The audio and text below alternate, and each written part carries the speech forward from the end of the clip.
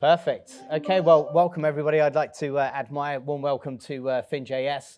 My name's Adam Toms. I'm the CEO for OpenFin here in the region. Absolutely delighted that many of you made it in person. As Mitra said, we have over 600 people join us virtually today. It is our first attempt at a kind of live, hybrid streaming event. But I know the guys have been working super hard on it, and we're really pleased to be here. So the topic we're kicking off today is really around the future of work. It's something you've probably seen more and more as a narrative in the marketplace. It's certainly been an accelerated topic and focus area for many organizations, and really encapsulates everything from employee experience to customer experience. Really think about the new world, the new tools, the new modern technology that enable a very different experience for users. To kick it off, we have a panel here today which I think is quite well layered. We have Feargal, who I'd like to introduce, Feargal de Burca from KPMG. Feargal is a partner in the Capital Markets Transformation Division, and really spends his time talking to senior leaders about their strategy around future work amongst many other kind of transformation topics. We also have Kim Prado joining us. Kim is the CIO for the US Markets Division of BMO, based out of New York. Kim will be talking today from the perspective of a desktop owner inside a large capital markets division, and given the perspective of operating desktops, internal desktops for users.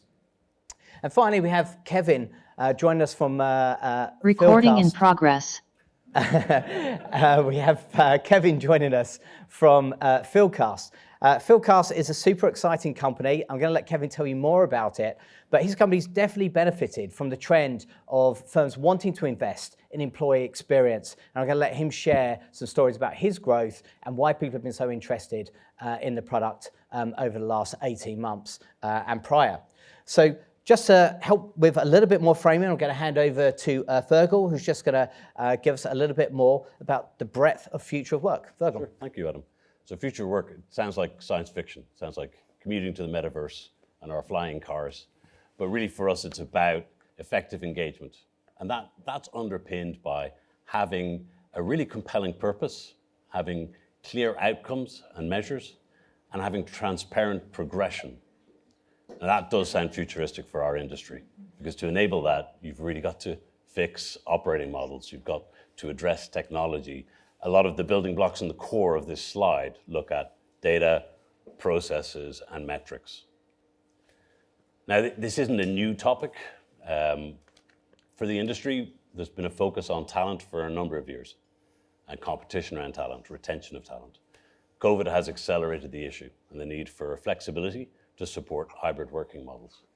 But we've also seen that a lot of the change that's been delivered in the industry has fueled this problem. Juniorization, point-based automation has really de-skilled the workforce. And that means that you've got real pressures to increase capability. If you look at the current market, there's a significant amount of competition. And as Adam, as you mentioned, that brings focus on employee experience, as it rightly leads to better outcomes from a customer experience perspective. The building blocks of the slide here are in the core. This is how we look at future of work, having the right level of data across the organization, tying that into digitization of processes, transparency around process delivery, and having the right metrics and measures that would enable the behaviors and outcomes from an employee perspective. What's interesting to see is around the outside of this circle, the use cases in which this is being applied and the really exciting opportunities that are coming through. So we see context-specific learning services, sales optimization solutions, really driving what is possible on top of a proper employee data-centered platform. So what we see is increased capability leading to greater innovation. And this is a real virtuous circle, hence the circle on the slide, which has all of these outcomes on its rim in terms of efficiency, greater revenue, greater client experience. And that's why the future of work becomes a real foundation to any transformation program, making it a very exciting topic for the panel today, Adam. Thanks for that, Feargal. And yeah, I couldn't agree more. I mean, I think the level of discussion around this topic across the marketplace is definitely at an all-time high. And as you've covered really well there, just it's a real breadth of topics. And yeah, some could argue that a number of these have been underway for some time. But I think what we're definitely saying is there's been a very rapid acceleration in people's thinking under this banner of future of work. Great, thank you for that. So yeah, I'd like to turn over to Kim. And Kim, as a desktop owner and provider of services to lots of users.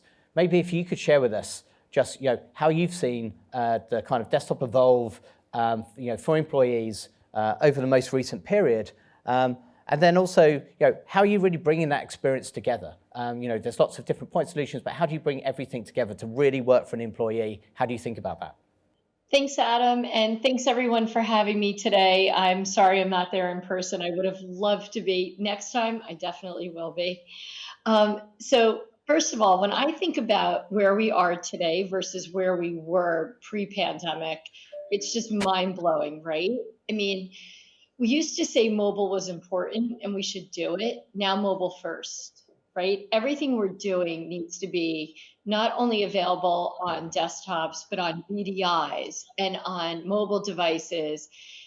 Everything our users need to be available to them anywhere they are.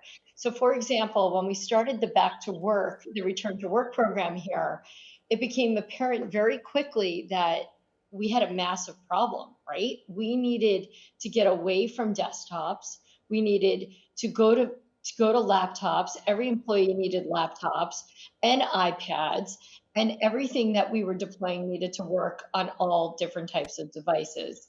Now, with that said, the next complication was when a banker takes their laptop into the office, now it has to work when they get there. So you can't expect a banker to figure out where the LAN connection is and where this connection is and the monitor connection is. So we had to go to a device where you have one wire that connects up your laptop, and your monitors and your soft phone. So tying in the soft phone with the desktop is the other really big important component. So not only do you need the soft phone working, but it needs to be integrated with all of the apps. So traditionally, we would think of our suite of apps as our trading systems and only our trading systems. And we would kind of take the Microsoft suite of products or the other products as secondary nature and consider them desktop support. But actually now I consider them part of the application development suite because everything has to be integrated. And part of what we're looking to do at BMO is take the OpenFin desktop and actually tie it all together. And so more to come there. So hopefully the next time I do this, I'll be able to show you guys something. Great, thanks so much for that, Kim. Interesting perspective, and yeah, definitely agree with the comments there. So I'd love to turn over to Kevin now. So Kevin, as I mentioned earlier, works at Fieldcast, and I'll let Kevin explain a little bit more about Fieldcast. But it's certainly true that a number of vendors, through the kind of the pandemic, have seen kind of very rapid growth in their business, particularly things that can help employees with experience and also collaboration tools. Certainly platforms like Microsoft Teams and Symphony have seen very, very rapid growth over the most recent period. And I know the same is true for Fieldcast. So Kevin, it'd be great if you could introduce Fieldcast and just tell us a little bit about that journey over the last 18 months. Oh, for sure. Yeah. I mean, I kind of reflect on the same thing about, COVID and the impact that it's had on our business. It's been a wild ride for sure. I guess, to start here though is, Fieldcast, for those that don't know, is a podcast hosting and production services company for secure business communications. So we syndicate content to your listeners, and we have a fully brandable experience that we can offer to your team, your employees, your clients, and really just create great content way of communicating to employees. But we really got into the private podcasting business before COVID and the pandemic started. We kind of were riding that wave of popularity in the podcasting space. But the pandemic just kind of changed everything, because now all of a sudden people were working remotely, and when you're working remotely, you're not in the office, you're not as connected with people. You might be hiring people that have never met each other, and you're trying to find a way to connect people. So being able to take the voice of senior leadership in your company and bring it into someone's ear, really allow them to listen to the inflection in people's voice, to the content that they're trying to communicate, to the culture in the company while they're sitting at home, and also providing them that flexibility of being able to listen when they're out taking the dog for a walk, or while they're working on other things, other tasks, without having to stare at a screen or look at their mobile device, reading an email, watching a video. It's been very impactful and very good. Yeah, no, thanks for that. And I definitely identify with that. I was constantly trying to find, and do still try to find, those breaking moments in the day, particularly when I'm working from home, and when I'm walking my black Labrador. I definitely do like to listen to a podcast. So that's great. And so back to you, Feargal. So in your kind of opening kind of remarks, you mentioned data several times. Can we just dig in a little bit deeper into that as a topic? Sure. There's obviously many layers to data in the organization, and many of our peers or in the organization have developed approaches that are really pushing the boundaries of the data sets that they're working with. So first challenge has tended to be about having an aggregate set of data in terms of your internal data sets, so driving that data quality to its highest level. But it's interesting listening to Kevin talk about Fieldcast. One of the biggest challenges that we're facing within hybrid working is connectivity, both in terms of your work and in terms of the skills and your teams. And so the next evolution around data is how you can bring data into the context of your employees to drive that connectivity into the work they're doing. And we're seeing this being driven by solutions around personalization. They're really using the richest data sets that they can generate to connect tasks and team members to their other members of their team, how these tasks were performed in the past, how do you bring nudges and hints into the task execution, and using external data, social media, to really provide that richer data set. Yeah, no, thanks for that. And maybe, Kim, you can add, as a practitioner and dealing with that data problem, and I'm sure you have numerous projects. Everybody has data projects, but maybe you can share your perspective with us as well. Yeah, when I think about data and the personalization side of everything, it's really important, and I was just saying to somebody that one of the tools that I find really useful is when you can aggregate your email, and someone can aggregate all your email and tell you what your top 5 things are to do today, right? And I find that really useful, and that's something that just got deployed to me, and I was like in shock over how accurate it was, right? So I didn't even know that existed. But on the connectivity side, I feel for you, Fergus, because I never dreamed I would be in the business of checking somebody's Wi-Fi connection at home, right? That was one of the top things, was just making sure people had a decent connection. And so now that we've gotten past that and all of that is sorted out, really making sure that data sharing is happening and also data is protected. That's the other big challenge with this hybrid environment, is data protection and keeping, the company's property, just that, keeping it to be their property. So those are the two things that, I think that in 2022 and on, that we really need to continue to focus on. And get better at. Yeah, thank you. And Kevin, maybe just turning to you. So, I think it's always impressive how there's embedded data in clearly every single application. And, you must have some interesting insights from the podcasting platform around engagement, for example. Yeah, well, I mean, it's interesting. So since we have our complete platform where we have our applications that people are signing into, so it's employees signing in, we're collecting information about exactly who's signing in, who's listening to the content. So I'm going to go to our analytics page, and I'm going to see, Kevin Rice has listened on this day and time to this episode. We're able to see, geographically, where's someone located, so you can correlate that to, okay, people are listening in these countries over here, or these states, or where they are in the world. We're taking a look at who's downloaded the episode, who's going back to it and listening to it again. We're seeing who can actually, based on every episode, how far are we getting into that episode? Are people listening to the full thing, or are they listening to it halfway through? That could potentially impact the message that we're trying to communicate there. So that allows the host to kind of adjust what they're doing, which is an important piece of this too. We're collecting information. We have a 1 out of 5 star rating in our mobile app and on our web page, our browser listener, where people can go and say, this was a great episode, or you can get that instant feedback. Okay, this was a mediocre episode. They also can leave a comment. Hey, love this episode. Would love to hear more about a particular topic that you brought up. I love this guest. Just so much information that we're able to pull in, even from, for example, I was saying when an individual signs in, we get information from our client's system that helps indicate who that person is as well. So we have an automotive client where they have dealerships. So we pull in information about different dealerships and whose dealership has the most listens. There's just so much information that we're able to extract out of just someone listening to a podcast. And then we can take all that data and we can pair it with other data sources.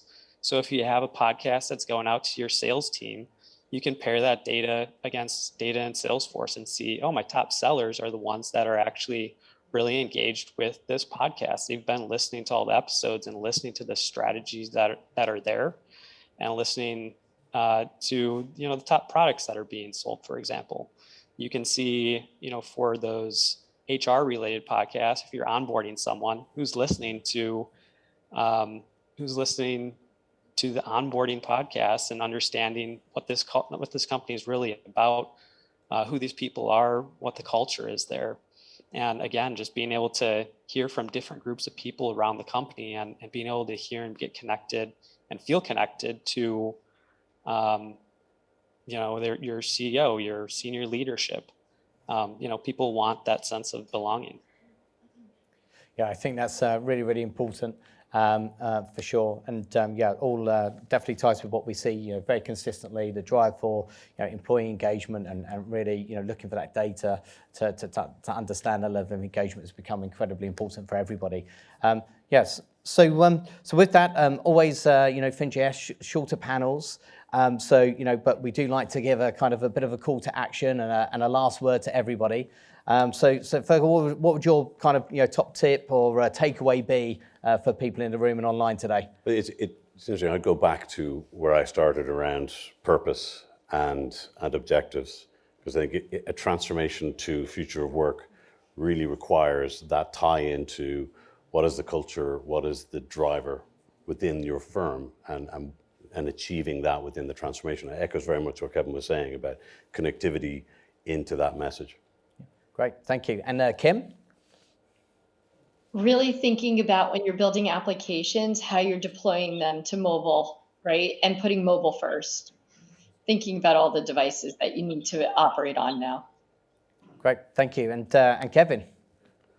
Yeah, I think in this new world that we live, we need new tools, new ways to communicate, new ways to bring people together, build company culture, really feel like your employees and your clients are part of something.